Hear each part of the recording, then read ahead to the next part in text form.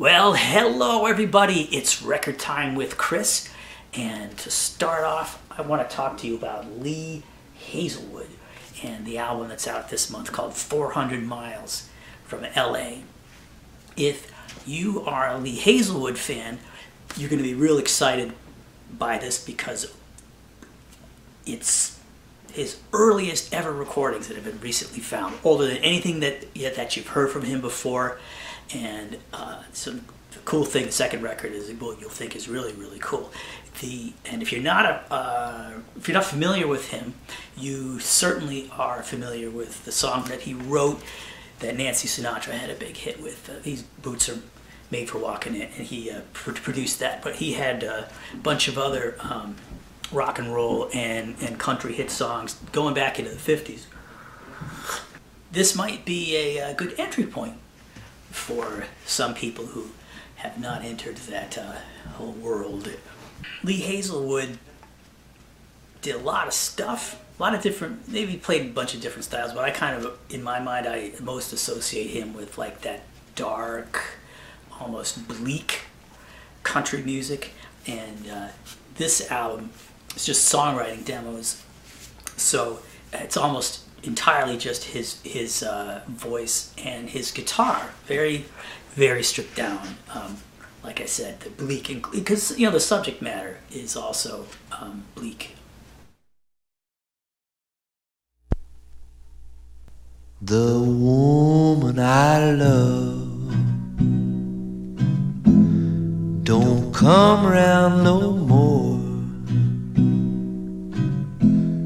Don't come round my door no more. The woman I love.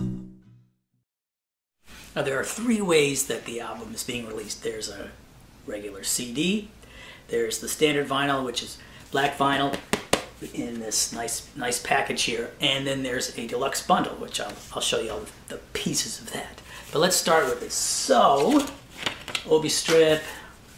It's the usual heavy tip-on jacket, nice gatefold, beautiful artwork, really cool looking, typical heavy stock, like Light in the Attic likes to do.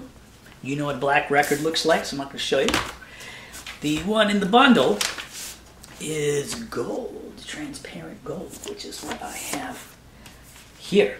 Now, show you what's in the bundle. There is a shot glass with his face on it. It's if you can't really tell, it's that photo.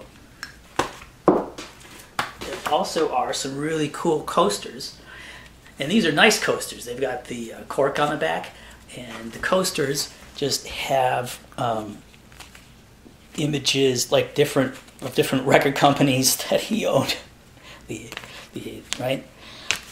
All really cool. And you get like this, it's supposed to be like a travel notebook. I guess if you're going to take the bus from Phoenix to LA, you can write your own songs in here if you want. A checklist of all the Lee Hazlewood albums that Light in the Attic has released. And you also get this really nice poster. It's you can tell it's screen printed. It's on nice heavy paper, and it's a really cool, it's a great image of him. There's a quote here: "We found our love on a cross-country bus. We both got on the bus in LA. In Phoenix, I reached for your hand." And I think the next line is about what happened in Oklahoma City. Anyway, it's a cool song. You can see what he was trying to do. You can see what he was trying to do with that. It's a cool set, really cool set. Oh, and it is a 2 LP set. So LP 1 is the demos that I'm talking about, and 2 out of the 14 tracks have been released before, but everything else is new and older than anything you've ever heard from him. The second record is basic, it's demos, but it's like a trial, what do you call it? Like arrangement, like piecing together these are the songs that became the album Trouble is a Lonesome Town. The thing is, these are from about 6-7 years earlier. So he just a couple of songs that are here that are not on that, and obviously it's all developed differently, and he continued to work on it. If you don't know what Trouble Is a Lonesome Town is, could be the first like rock opera. It's not rock, but I mean something like that. It's a concept album all about a town that goes by the name Trouble, and there are a lot of just like sketches, like character sketches, maybe with some editorializing. Mighty, mighty, mighty lonesome in this town called Trouble. Trouble, like any other little town, has its share of people who are always judging young people, and judging them not for what they are, what they hope to be someday, but by what their folks are. Last but not least, and this is in the standard edition too, nice booklet. It is, it's what you expect, right? Photos you probably haven't seen, a couple nice essays, good history, gives you a good understanding of what the whole thing is. It's a real nice set. It's a real nice set. Like if you liked the Willie Nelson demo record that came out on Record Store Day a few years ago, then you'll probably be all over this. You'll dig it. I did show, so I think in previous episode, I've only showed the first two exclusives that we did here at Bull Moose. Now we've done almost 20 more since then. I say I think we're up to number 22 now that we've announced, but we skipped number 7. That was something that fell through, and number 10 we are waiting because there is when you find out what it is, it'll make sense why we were holding number 10 for this thing. And no, it's not Pearl Jam, but it'd be but that would be cool. Anyway, a couple that just came out, I think, require just a little bit of explanation because they're just unique albums. This one here, Peace on You, is the name of the album. Mack Porter is the artist's name. He was from Ghana. He lived in the Netherlands for a while and ended up settling in Italy, where this was recorded in 1972. It's the only album he ever put out. We have a special version which is blue. There are 100 of these blue ones. And so the thing is that doing it in Italy in 1972, you're going to end up getting some people who later went on to be in some of the like Italian and on the Italian Prague scene. So there's just a lot of really, here's the insert, a lot of really interesting stuff on here. There's really no album I've ever heard that sounds exactly like this, but it's definitely psychedelic in spots. There's also a lot of like gentle acoustic stuff. Well, no, not gentle. It's quiet, but it's intense when it's quiet.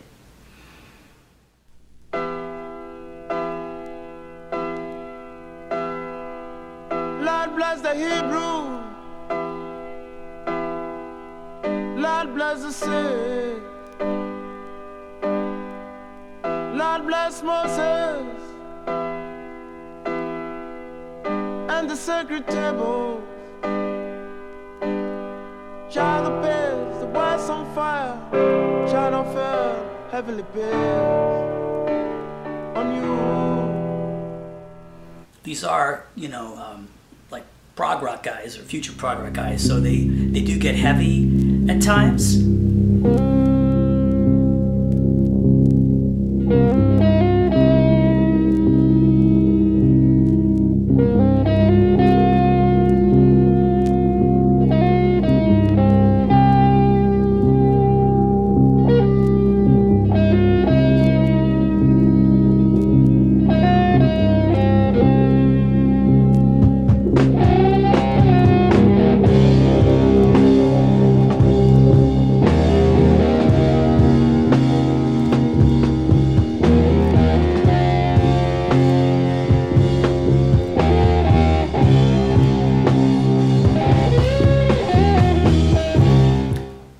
like, strings on some tracks. It's really a unique album, and I didn't know what to make of it the first time I heard it, but I thought that we should do an edition of it, just I don't know, just to help it find its place in the world.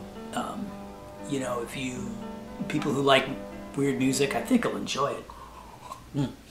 Michael Oher, Spread Love. This is another one of these records where we've got 100 copies of blue vinyl for Bull Moose. The thing about it, let me show you that. It's like translucent. This record I loved as soon as I heard about it. And like the Michael Oher one, if you can find original copies, are very hard to find, and they would be very expensive. So it's good to have a reissue for under $30, I think. Kind of hand-done cover. As you can guess, this was self-financed, self-released. There's a nice insert that comes inside where with Michael Oher himself talks about just the whole process and what it meant to him to make the record and how he feels about the fact that people are still interested in it.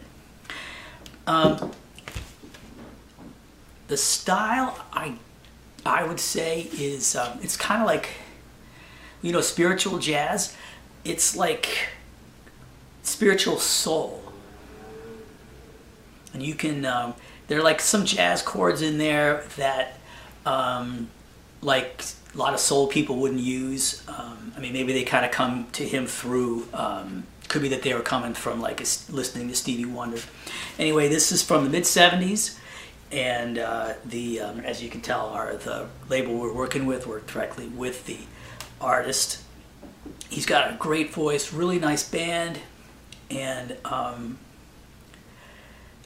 going to play you just a little bit of the first song from each side, just so you can get a sense of what it is. I love this song. It's like a nice love song, just a great feeling. Oh, one day we'll get there, wait and see, to this special place made for you and me.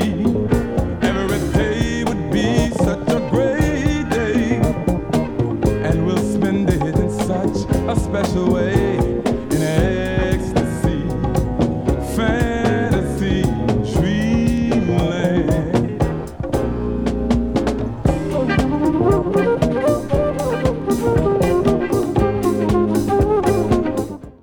The other song I want to play is the title track, and this is from side 2. And what I want you to listen to is how strong his voice is. The beginning of the song is like really mellow, so his voice really comes out.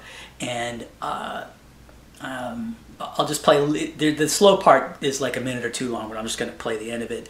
And then the main part of the song comes in, the groove, and there's even some like sweet moog in there. And you can just check it out.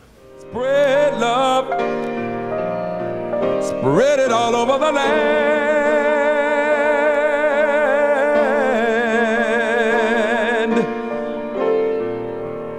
Spread love, the fate of the world is in your hand,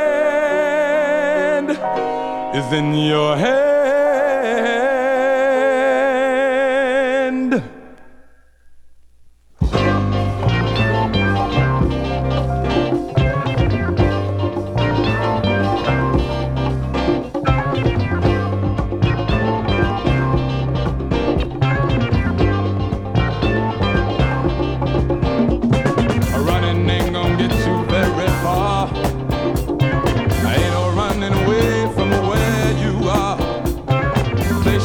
So hopefully you can see what I like about that. Probably about half of the ones we've done are either soul or jazz, some kind of rare-ish stuff. Like actually, there's this one which I just got to show you the cover. Look at that, it's fantastic. And this is kind of like you can, as you might be able to guess, it sounds like Funkadelic, except Tony Newton is not just like goofy with the space stuff. He's more serious about it, and there's like mystical love kind kind of stuff in this record too, and you've heard him as well. He was like one of the in-house bass players for Motown, so he played on like some hits by the Supremes you've heard, and ABC by Jackson 5, and you know how important the bass line is to that song. You know, jazz thing. Here's a Pharoah Sanders record that we had. These are gone, just about all gone. Maybe they're all gone. So we went with a larger quantity for another Pharoah Sanders record. We just announced that one. But we've done like some hip hop. There's a New England guy, Chris Webby, who you know, he's done a bunch of signings in our stores, and people kept asking, "Hey man, when are you going to do vinyl?" So that's one where we talked to his people, and we have these colors, and they did black vinyl too. And here's like Andrew WK record, I Get Wet, and there were a few different variants of this one. This is the one that we split with Zia Records. Speaking of Phoenix earlier, that's where they're from, and this particular colorway was Zia's idea to have it reminiscent of, you know, the Bloody Nose, and you probably can't tell, but the record company put like a spot gloss on here, so it makes the blood kind of stand out. We get Party Hard on the inside, and you know, this one's kind of cool. This was the fifth one we did, was the X album, Under the Big Black Sun. And what I thought was, you know, when they announced the first 4 albums kind of all at once, again, this one's blue also, and we did that one. It's weird, that's just because the one I like the best. My sister turned me on to it. There'll be a bunch more Bull Moose exclusives, and coming soon. We got some stuff in the pipeline that is confirmed or almost confirmed, but it's like can't talk about it till everything gets lined up. Well, hey, thanks for watching. I'll be back possibly at the end of the month with a look at the Abbey Road box, but if not, if I'm not, then definitely you'll see me in October, because that's when the October? No, I guess it'll be late October, early November, when the Record Store Day, Black Friday stuff starts coming in. The usual people who like to send it to me early when they get it done early. So yeah, I'll see you soon.